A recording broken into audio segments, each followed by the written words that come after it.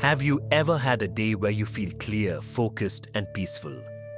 And then another where you're restless, chasing one task after another, yet never satisfied?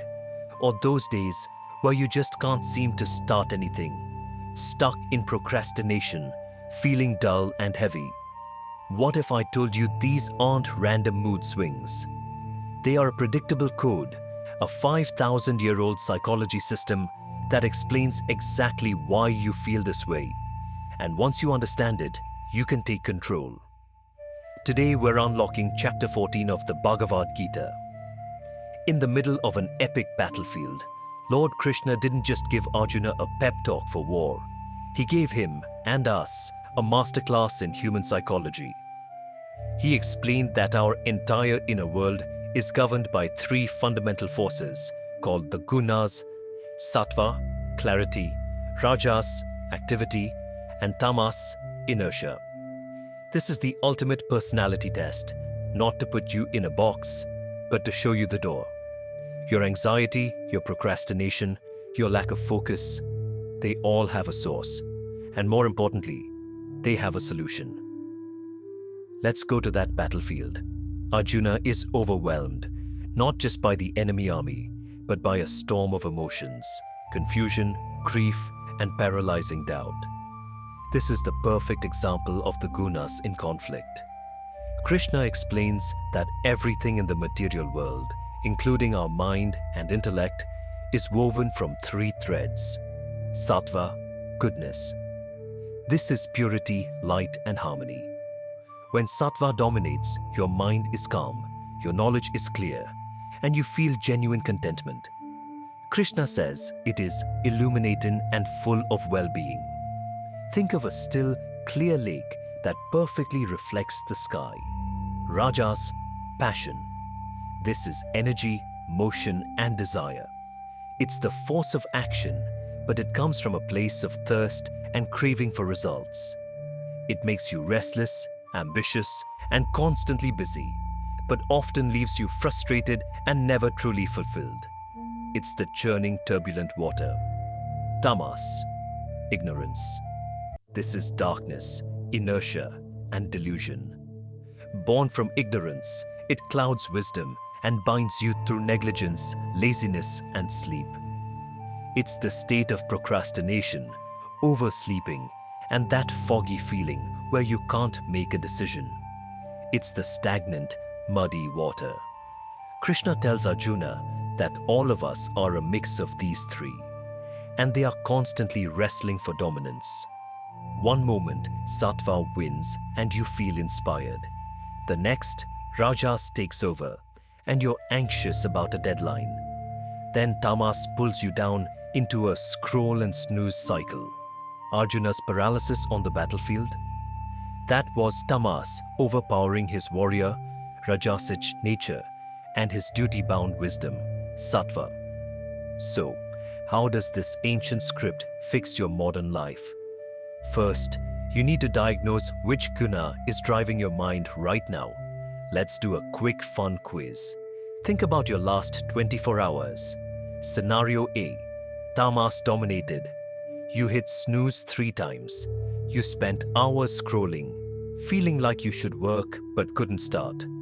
You felt lazy, maybe a little helpless or dull.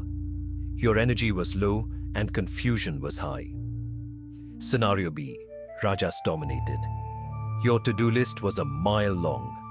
You were busy all day, jumping between tasks, checking emails, fueled by coffee and maybe anxiety. You got things done but felt burned out, restless, and never truly at peace. Scenario C. Sattva dominated. You woke up relatively clear-minded. You prioritized one important task and completed it with focus. You felt moments of calm, made a healthy choice at lunch, and your mind felt balanced, not dragged around by every distraction. Which one felt most like you? There's your answer. The power is in the awareness. You are not a lazy person or an anxious person. You are a person currently under the influence of Tamas or Rajas. And you can change the channel. Krishna's ultimate solution is to rise above these three forces through devotion and self-realization. But the practical first step for all of us is to cultivate more sattva. Sattva creates the clarity and peace needed to see beyond the chaos. Here are your actionable modern tips to increase sattva. 1. For tamas, inertia. Create gentle momentum. Don't aim for a 3-hour study session. Aim for 10 minutes, stand up and stretch. Swap one heavy processed meal, tamasic food, for something fresh like fruit or nuts, sattvic food. Break the inertia with micro actions. 2. For rajas, chaotic activity. Create pauses. Before reacting to a message or jumping to a new task, take 3 deep breaths. Practice doing one thing at a time fully. Reduce rajasic inputs. Cut down on caffeine, violent media, and chaotic environments where you can. 3. Cultivate sattva directly. Spend even 5 minutes in silence or meditation. Listen to music that calms you. Spend time in nature. Engage in a creative hobby without pressure to post it online. These activities infuse your mind with clarity and light. Remember the story of the 3 friends and the mango tree. One ate the fruit gratefully and planted the seeds, sattva. One took the branches to sell for profit, rajas. One, in envy, burned the tree down, tamas. The same situation, 3 different reactions based on the dominant inner quality.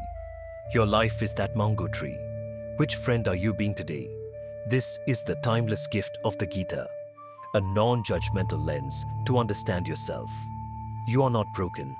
Your mind is just playing out an ancient dance of sattva, rajas, and tamas. Your procrastination is not a moral failure, it's tamas. Your overthinking and burnout are not inevitable, it's rajas. And your peace and clarity, that's sattva, your natural state waiting to be nurtured. When you feel lost, remember Krishna's lesson to Arjuna. See the Gunas at play. Don't fight them blindly.